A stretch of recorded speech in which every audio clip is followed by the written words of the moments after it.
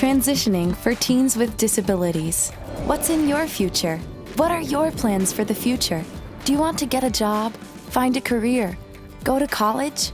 This video will give tools to help you create the future you want. It's one of a series made for a project called MdPROMISE. At the end, you'll find links to resources and other videos. Photography is like my main focus. I've always been drawn to the camera since I was little. I was like, okay, I should make a career out of this. I come here into the workplace here and fix computers. I want to get my GED to go on to bigger and better things, to get a good job, good pay, start a great life, and be able to support me and my daughter.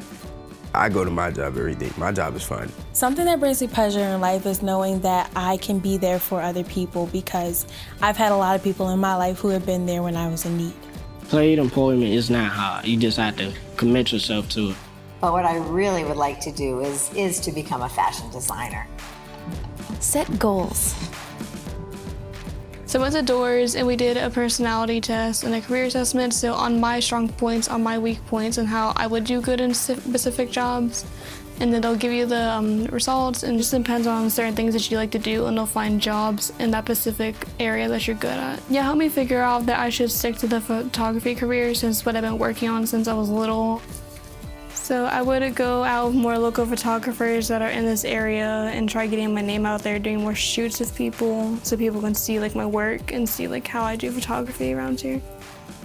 I fix computers. I diagnose hard drives to see if they're bad or not.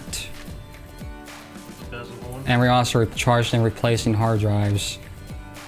And then do a clean install Windows 10 on laptops so it'll be functional again. I like to continue working here or be a web designer and go to a 2-year community college in 2 years. I want to study computer science. I would recommend staying in high school. I would recommend sticking it out, whatever the problems are, even if it's boring, if it's hard, to stay in high school. I'm getting my GED and doing all this so I can make myself proud and realize I had the ability to accomplish everything I wanted to accomplish. I'm doing it for my daughter so she can look up to me and see how much hard work I put in, so maybe she can go above and beyond more than I did and succeed. Tips for success.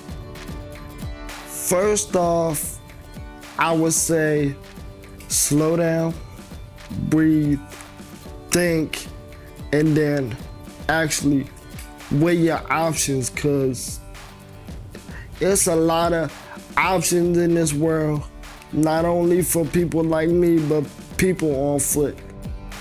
It was a real struggle growing up, and I felt like people thought that I couldn't do things. I couldn't do it, and that's worried me. I was worried about my future, and I knew I had to get through and make it.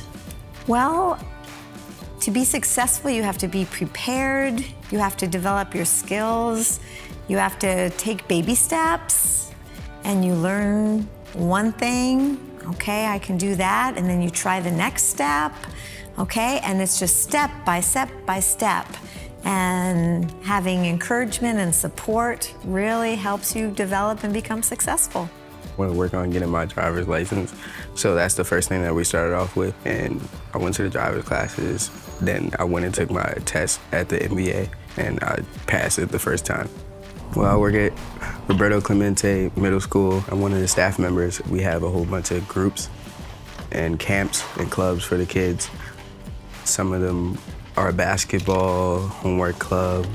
I didn't know until I started working there that I'm good at getting kids back on task, like when they're separating themselves from the group because they didn't like something. But when I go over there and talk to them, I'll get them to come back in and participate. You gotta make sure you keep them laughing and having fun with them. Everything I do has something to do with music. Working with the kids, they love to listen to music while they're doing their work. I really like music, so I would want to do something within the music realm, but if that doesn't work, then I'm definitely thinking about working with kids, because it's just easy. It's so easy to have a relationship with the kids, and to see what they grow up and they want to be is something that I'm actually interested in. Well, one of the biggest things I learned in my life is that something could seem really hard just from the opinions of others, but you'll never know until you try yourself. Why work? I went to benefits counseling and talked to some really good people that helped me get a checking account, that helped me set up a budget to know how much money I get every month and how things I need to be able to get the things I need first before I even think about the things I want.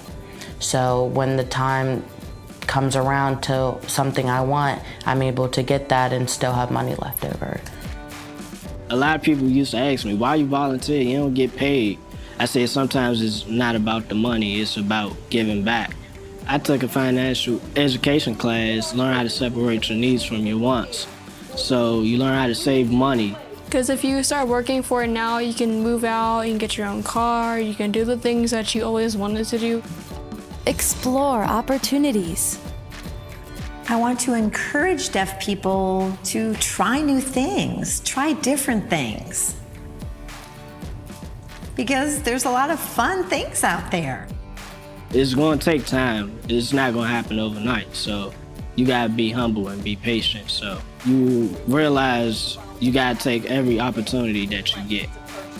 I feel like you should keep on trying. It doesn't matter like how hard it gets, because you can't just give up if something gets hard. You got to keep on going. School ties into my goals because it gives me that foundation for me to be able to reach my ultimate goal, which is being a professional pilot. Brakes. Where are the brakes? Aviation inspires me to know that the sky isn't the limit. Breaking barriers. I'm shy of telling people, but I'm like, okay, it's something I shouldn't be ashamed of. I was born with it. So I just let them know. They ask questions. Obviously, it's better to let them know what's going on so they know. It's not like they're judging you. They just want to figure out what's your disability, how they can help you with it. Anxiety is a real thing, and although you may feel like you get stuck sometimes and that you can't get past the big obstacle or a goal, the expectations that you have for yourself and the expectations that people have for you do not determine where you're gonna go in life. Yeah, I'm in a wheelchair, but as you can see, my wheelchair doesn't stop me from living my life. So for me, success looks like someone doing what they love to do in life and knowing what their weaknesses are and what their strengths are. And that comes through really volunteering, that comes through getting out in the community and really understanding how you fit into whatever your dreams are. For more information about planning your future, visit the Maryland Transition website at https://mdtransitions.org.